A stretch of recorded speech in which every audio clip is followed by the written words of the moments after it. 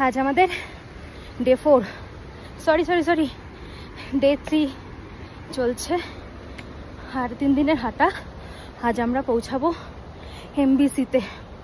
আমরা এবিসিতে সিট পাইনি, যার জন্য এমবিসিতেই থাকবো। এমবিসিতে থেকে রাত 2:30-টের সময় বেরোবো। জানি না কি হেপটিক হতে চলেছে।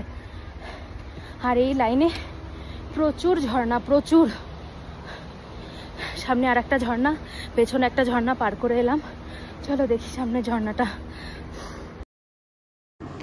আমি একটু পিছিয়ে পড়েছিলাম, তো সামনে যে ঝর্ণাটা ছিল ওইখানে বেশ ব্রিজ করা ছিল, বড় বড় পাথর ছিল, খুব ভালো লাগছিল। আমি এগোতেই দেখি আমাদের টিমের সব শুয়ে পড়ে বসে পড়ে ফটো সেশন করতে ব্যস্ত। আমাকেও ডাকছিল, আমি যাইনি আর ফটো তুলতে। আর ওপর দিয়ে হেলিকপ্টার যাচ্ছে। তো জানো তো, পোখরা থেকে এবিসি পর্যন্ত যাই, মানে হেলিকপ্টারে যাওয়া যায়, কিন্তু ফেয়ারটা $2000। ও মাই গড, তার থেকে হেঁটে হেঁটে ওঠা অনেক ভালো।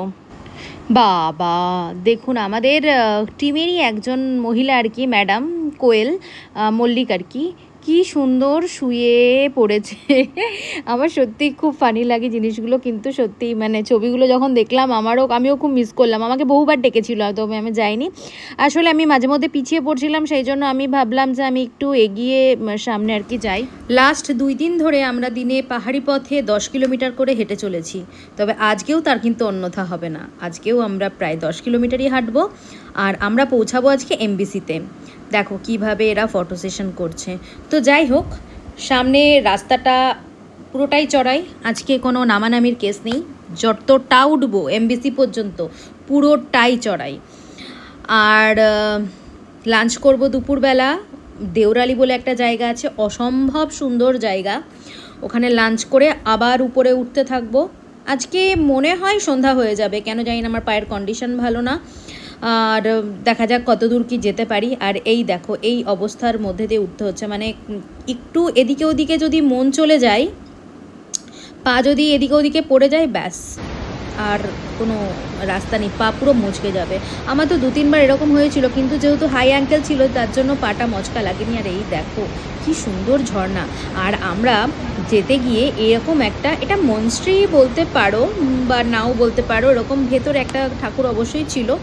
তো ওখানে সবাই দাঁড়িয়ে ফটো তুলছে, আমরাও ফটো তুললাম। এখানে সবাই একটু রেস্ট ফেস্ট নিচ্ছিল, নিয়ে তারপরে সামনে আবার চড়াই।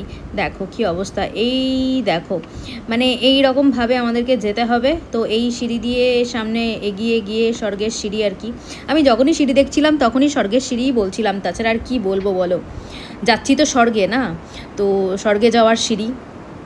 সত্যি এই পাহাড়গুলো না যত যাচ্ছিলাম তত আরও স্পষ্ট হয়ে উঠছিল, মানে অসম্ভব ভালো লাগছিল। তখন কষ্ট সব যেন দূর হয়ে গেল, যে এত সুন্দর একটা জায়গা, যত কষ্টই হোক না কেন, কষ্ট একদম সত্যি কোনো সমস্যাই হয়নি, কষ্টকে মানিয়ে গুছিয়ে নিয়ে উঠে গেছিলাম। তো তোমরা যদি কেউ এবিসি যেতে চাও অবশ্যই তোমরা যেও, আমি বলবো ভীষণ সুন্দর রাস্তা, খুব ভালো খুব ভালো। আর এটা খুব মানে প্রচুর লোক যায় আর কি, বুঝতে পারছো, প্রচুর লোক যায়। আর এত সুন্দর, মানে ট্রেকিং রুটটা অসাধারণ। আর তোমরা গেলে কিন্তু অবশ্যই তোমাদের পকেট ভর্তি করে খেজুর, কাজু, কিশমিশ, ক্যাডবেরি এইসব নিয়ে যেও। তো ভিডিওটি কেমন লাগলো অবশ্যই জানিও, ভালো লাগলে একটি লাইক কমেন্ট শেয়ার অবশ্যই করে দিও।